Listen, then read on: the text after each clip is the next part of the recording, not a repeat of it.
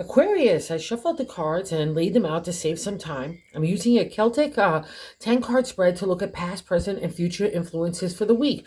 And as always, I'll be teaching the tarot through each card so you not only receive your forecast, but you start to build your own intimate relationship with the cards because that's what this channel is all about. Connecting people with tarot. Oh, and also I have to say, all Aquarius who've subscribed, liked, and commented, I can't thank you guys enough, or even just visiting the channel. It's just about we're starting to reach out and reach other kindred spirits, and I just can't be more appreciative. Okay, thank you so much. And kind of that's the vibe for you this week. I need you to be appreciative for yourself, okay? First and foremost, you need to regroup, refresh, just get some downtime, some kind of peace, so I could allow God and the universe to connect with you. So to clean out all the kind of fear and anxieties from the past. And there's been a big buildup with some of these cards.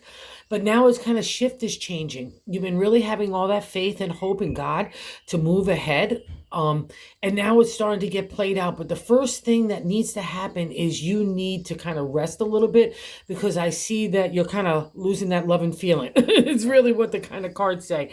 And let me just get into why I'm saying all this, because it's a really good week for a reprieve for you to kind of sort out all the stuff you've been doing for, and kind of also plant the wishes of tomorrow. Okay, let's get into it. The first card placement is the significator.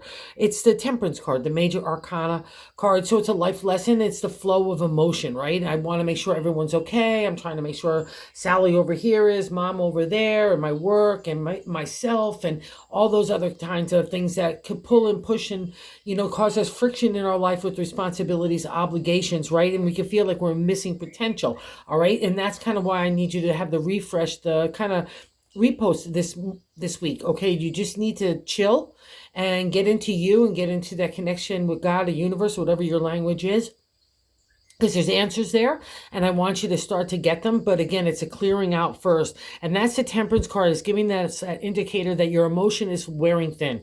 You're kind of flowing it out and you're not taking care of yourself. That's the thing about Temperance. It's about the keystone. You're the keystone. Without the keystone, nothing else is flowing, right? And you've learned those lessons on how to let it flow, but it's kind of like, again, that friction up against your heart and your spirit. I think it's been plucking a nerve in a lot of different ways, and maybe some of those kind of flows didn't play out the way you wanted to because people are just the way they are. But that's going to be part of the Aquarius lesson, because you rule community and society, so you kind of get hit with every aspect of the good and the bad of those kind of situations.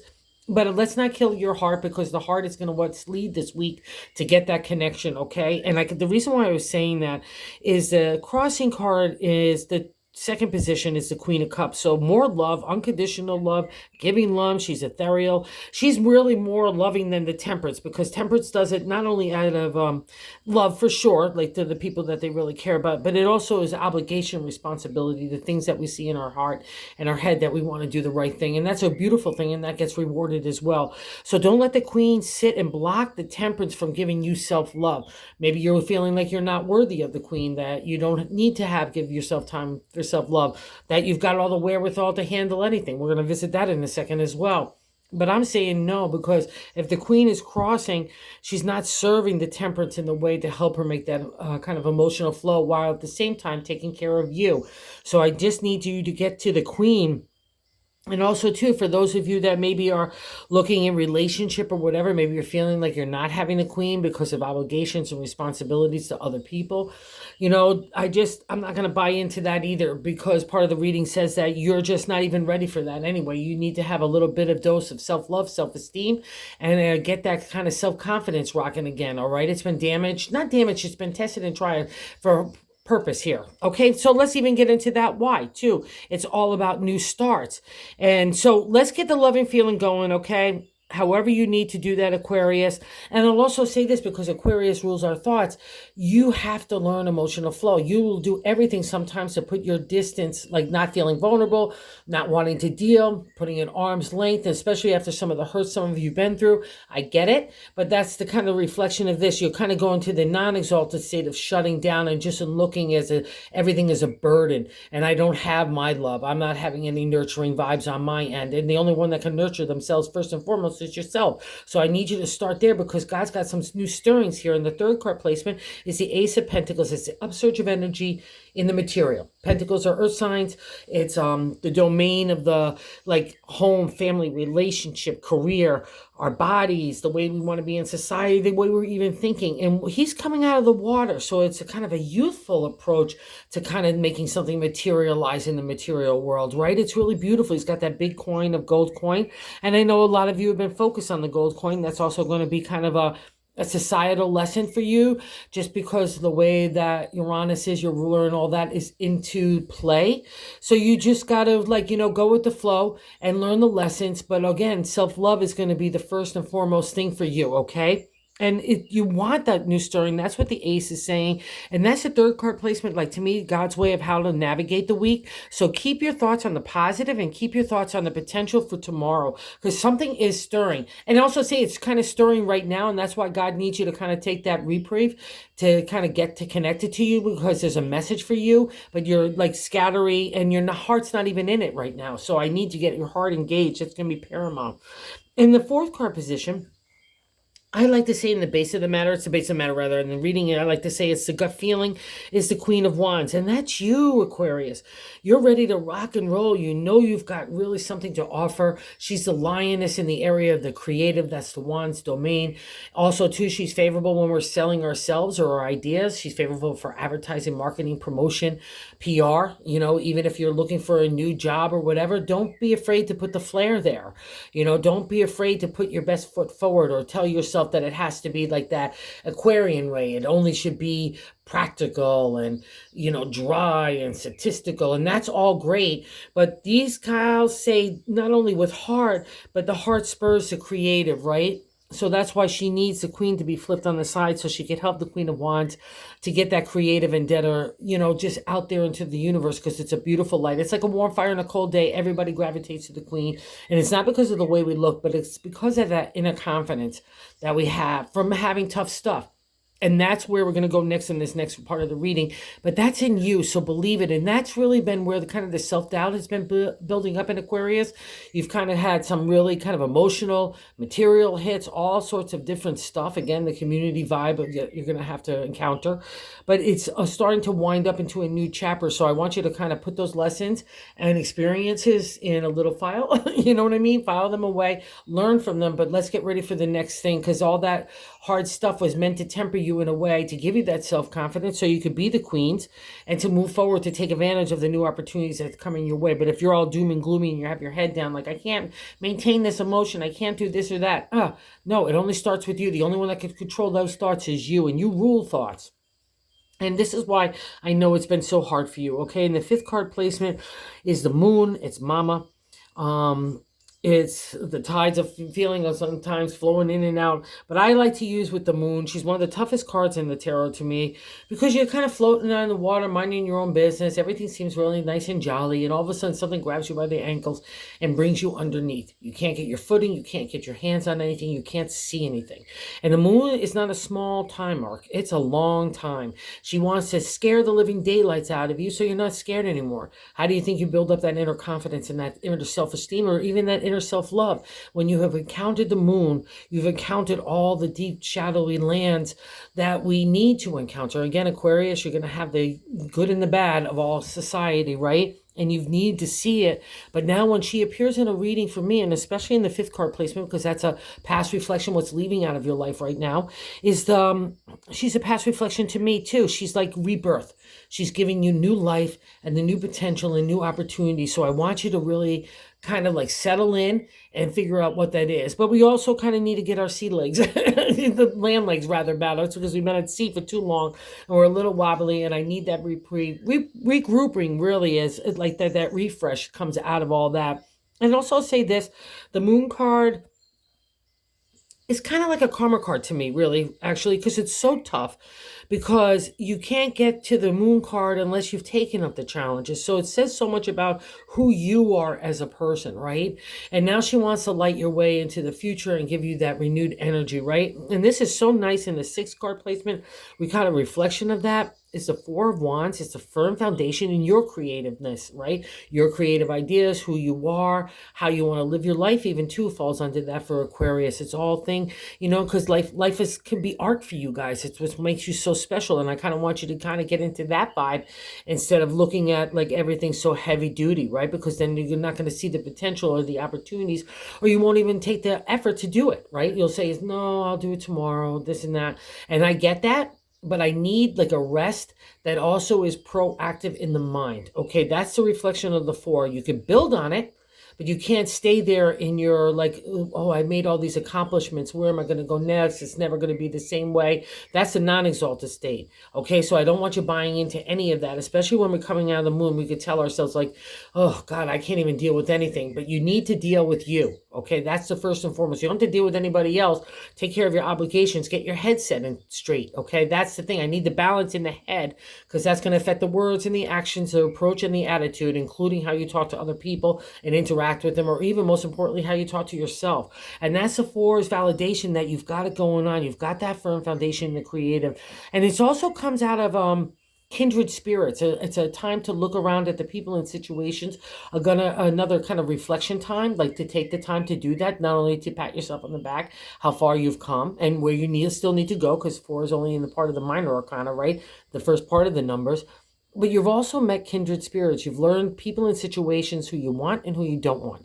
I know we've talked about this several times over the last few weeks, but it really now gets nicely settled in you, right? You're fine with that. You can live with that. So don't beat yourself up. And maybe that's where that temperance is. You feel like you need to do things that you don't want to do. This is what this is all about. And maybe, you feel like maybe you need to be loving, and wherever that feels, got to be good to make the flow go and make your life easy. Great. But again, it's a priority about what's important to you first and foremost. And that's going to come in this next card as well. And the seventh card placement is the Page of Cups. It's self-love, right? And the seventh card position is how we're feeling about ourselves. So this first card, the significator, is the general gist of the overall reading. I mean, pulled in a lot of directions. I have a lot of emotional flow. I need to be the keystone. I have responsibilities, obligations, so on and so on and so on, right? And then the page says, how am I going to do all that without a lot of a dose of self-love? Again, the whole definition of temperance, without that self-love to have that emotional flow, right? There is none, right? So you need to have that feeling first and foremost for you, that again, that appreciation for you. And again, if you take a reflection of the four, if you were to look, even though the ups and downs, how far you've come in the inner work of you, right? That spiritual and emotional maturity work, right? That enlightenment work, that is really the utmost. The material stuff, yeah, I get it. It's important to all of us. I'm a Taurus, so I get it as well. But at the end of the day, it's all about spirit work. That's what brings us, and that's probably why we're all here, right? That's what they say. I believe that as well. So go give yourself a big dose of self-love this week, whatever it is, to get yourself in balance again, because that's what the self-care. Go get a manicure, or just, sip your favorite beverages outside, get some nature walk. That's going to be the hermit as well in the future. So just do you. That's the self-love. Love you. Look in the mirror and say, wow, how beautiful I am, how strong I am, how confident I am. Look at what I've handled. Most other people couldn't even handle it. Look at where I've walked. And now, oh my God, this gets validated in the eighth card. Wow. The eighth card is how other people look at you. So don't even have to look in the mirror. You can look into the outside world as well. We have the major arcana card here, the strength, where you have the wherewithal to handle anything, right? In modern day tarot, it means I can multitask, a temperance, I can flow the emotion, I can take care of this, that, and see potential and opportunities. And maybe that's why you're getting a little bit worn down, right? Okay, because the other people are looking at you that, maybe they're even laying that stuff on you. But it means you can handle it, because the ancient tarot, the end of the day, again, to our thoughts, Aquarius ruler, is the strength starts in overcoming that lion within us, right? The animal within us. So it's animal instincts of ego, pride, anger, rage that could stir up not only our snappy tongue and our negative mindset, but it undermines our creativity, it undermines our progress, or undermines our potential and opportunities, because we're not focused on that. We're being all tied up in a knot. But when the strength card appears, especially even in that viewpoint, it's still your reading.